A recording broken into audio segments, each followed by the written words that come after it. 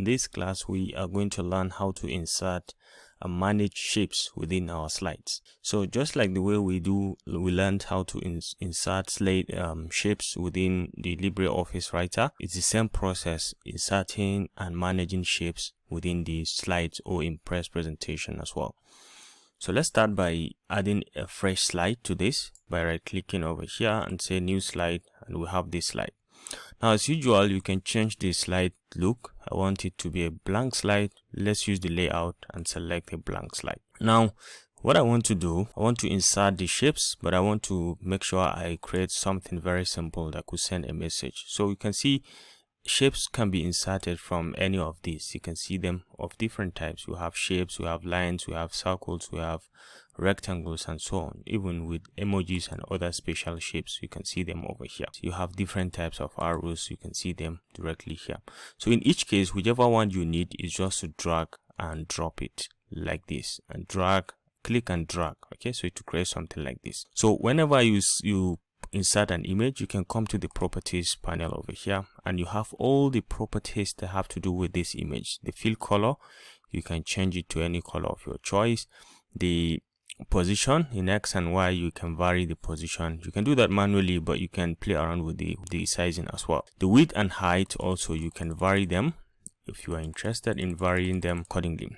The alignment, you can arrange, bring it to front, back, and so on. You can rotate to any angle of your choice. This is very, very easy and possible.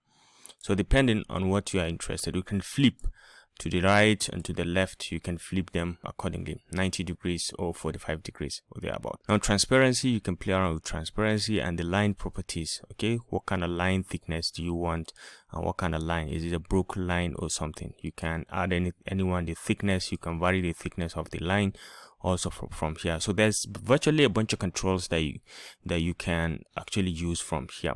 All right, so any shape that you take, the properties are found here. You can play around with it however you want it.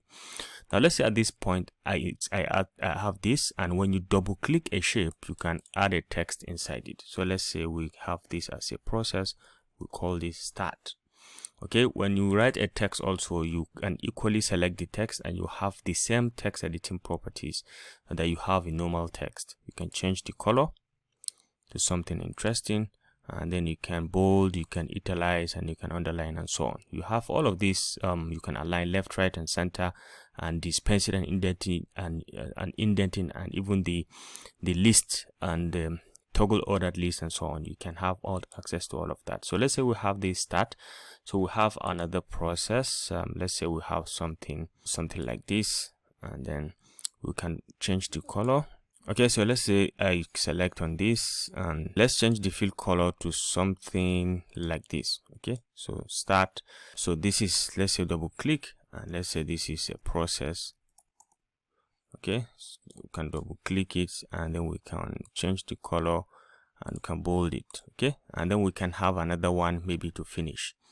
Okay, so we can do that manually, or we can select on this. We can do Control C to copy and Control V to paste. So you can select and drag and move it to the side very easily. Now, one thing that I want to put also, so that this one can have complete meaning, is to have arrows. Okay, so that can depict this is a start, and this is a process, and then this is an end. Okay, an end to the process. Right, so we can use this arrow here. We can click, and we have different types of arrows, but I want to go with the simple one. Once you click, you can see you have different dots or points to start the arrow from. So let's say we start it from here, and I can just drag and hit it here. Okay, and we can do the same from here. We can add the same line, or we can copy this one and paste, and then we can hit it from here and define that this is an end. So we have start, process, and end. Okay, so this is very simple, and at any given point when you create a simple process like this, or a simple flow chart like this with your shapes, you can always right click and select, drag and select all of them, and then you can right click and group all of them can group them so they become one, and when you click them you can move them one at a time. Okay, so you can see we've just been able to move them, and at any given point, if you want to ungroup, you can always right click and go to ungroup, and you can ungroup them. They become now individually separated, but I always want it grouped so that it becomes very easy for me to move across.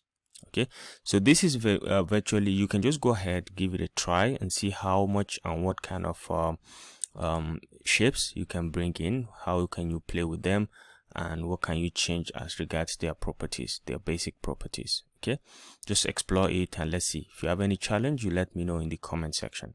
So this concludes this class about adding shapes and managing them within LibreImpress presentation. I hope you enjoyed this video. Thanks for watching and see you in the next one. Bye.